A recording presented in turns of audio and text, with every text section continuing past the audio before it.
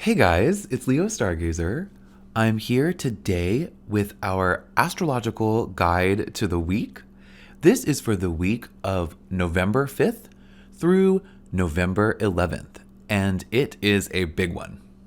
So, really quickly, I want to go over the major pieces of astrology I'll be focusing on this week, and then we'll go into a little bit more detail on each one of them. So, this week we have two planets changing signs. We have one of those planets making a square to Saturn towards the end of the week. And we have the moon waning throughout the week on the way to a new moon next week in Scorpio. So this week, emotional, passionate, intellectual, and imaginative deep dives and engagement come up against some boundaries, whether they're necessary or not, and maybe even some blocks. All of this is only to remind us to set up appropriate guardrails to maintain the essential harmony and balance of both our deepest, most intense, and emotional selves, and our vibrant, intellectual, imaginative, and passionately expressive selves. The intersection and juxtaposition of these extremes is the upcoming journey. We need to use what we learned this week to set a consequential intention for next week's new moon.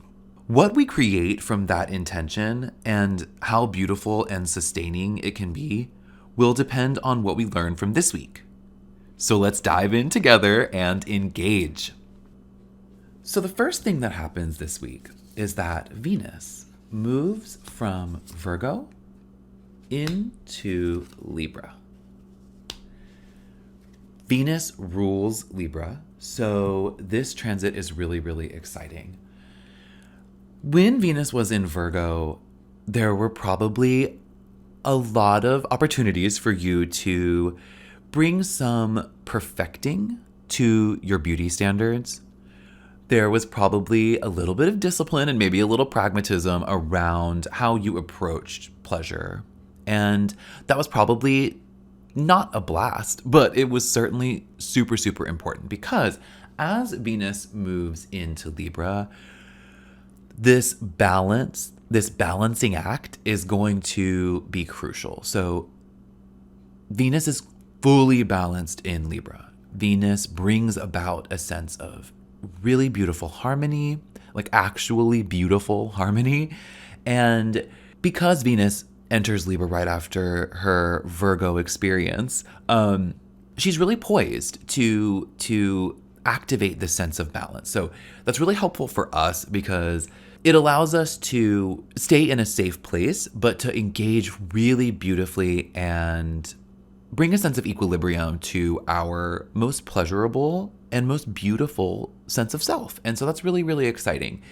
Venus in Libra doesn't have a ton of decision-making power. She's always powerful, but her power in Libra is very different. This is really, really important because a little bit later in the week, we have Mercury moving from Scorpio into Sagittarius. Now, Mercury in Sagittarius is really interested in intellectual pursuits, and we are going to be interested in that as well. Mercury in Sagittarius really will help us communicate, intellectualize, and activate, if not a complete sense of directionality, the knowledge we gain from Mercury's transit through Sagittarius is going to really help us figure out our options. We're going to learn a lot during this transit, and Venus in Libra is going to help. Mercury moves into Sagittarius on Friday, November 10th, and pretty much instantly meets with a pretty intense roadblock. And I'll get to that roadblock in a second, but I want to focus a little bit more on how Venus and Mercury changing signs is so key to us and why it is. Like I said, Venus's balance in Libra is going to be essential for us to stay balanced ourselves and to really bring harmony and justice to our world. Mercury moving from intense Scorpio into optimistic and fairly driven Sagittarius is going to take us from this intellectual intensity into this place of intellectual optimism. I'm hopeful, like I said, that Mercury's transit through Sagittarius at least gives us an idea of where we should head next. And while with Mercury, we may not go on that journey right away, we're definitely going to learn what we need to learn about that and communicate what we need to communicate about that journey so that we can take it once the Sun and Mars join the mix. The Sun and Mars will enter Sagittarius later this month.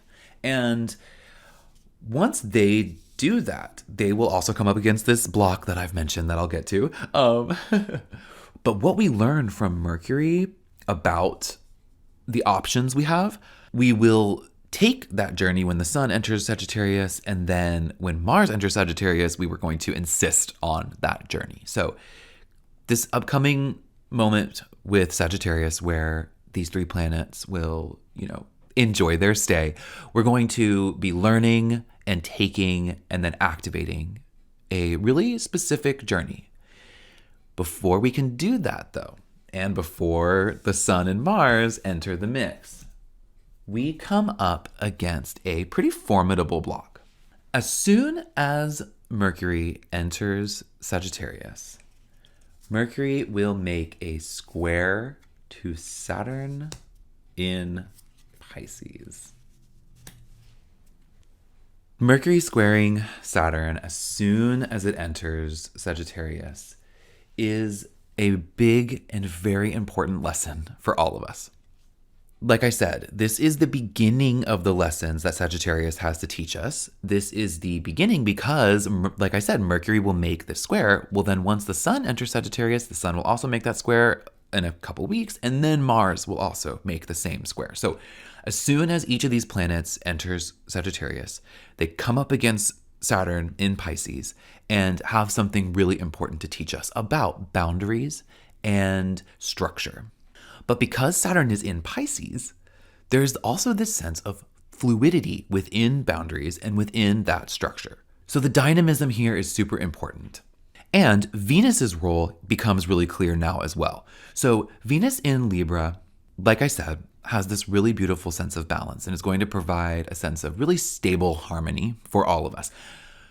Again, we aren't making decisions here. Even Mercury in Sagittarius isn't going to make decisions, but we are learning a lot about our options. So options are key. And the best way to activate options is to understand the guardrails around those options, the guardrails around our potential.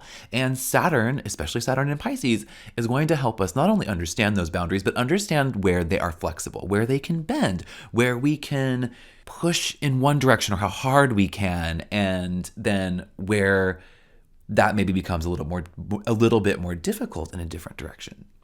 To put all of this in context, I want to now focus on the moon. And this week, we will have a last quarter moon in Leo, followed by a waning crescent moon in Virgo. The reason that these moon transits are important, and the reason that these moon phases are important to us right now, is because of this Mercury square Saturn moment, and also obviously Mercury and Libra changing signs, this journey I've been hinting at for Sagittarius. The moon is waning on its way to Scorpio, where we will have a new moon next week. I want to mention this new moon now because the lessons we learn this week are going to help us set an intention for this new moon in Scorpio next week. The outcomes of these intentions are going to rely so much on how they are set. Mercury squaring Saturn right as it enters Sagittarius helps us understand fluid boundaries. Venus entering Libra adds over this whole process a sense of harmonious balance. And the moon, as it wanes, reminds us about passion and discipline, but also about release. During the waning moon phases, we want to let go. We want to reflect, certainly, especially on this last quarter moon. We want to reflect, but we also want to start relaxing, cleansing, and releasing. Releasing negativity, releasing pressure, releasing expectation. And because the moon wanes throughout the week, all week long, we have this reminder that we need to let go of last cycle and set an intention for the next cycle.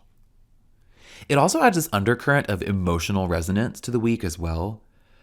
And if we're staying calm and relaxed, as Mercury and Venus change signs, and then as Mercury, towards the end of the week on Friday, makes this square to Saturn, we are going to be able to put all these pieces together to set an intention at the end of the week for next week's new moon in Scorpio. Like I said at the beginning, what we end up creating from this intention and how beautiful and how sustainable it can be is really going to depend on what we learn this week about boundaries, structure, and balance.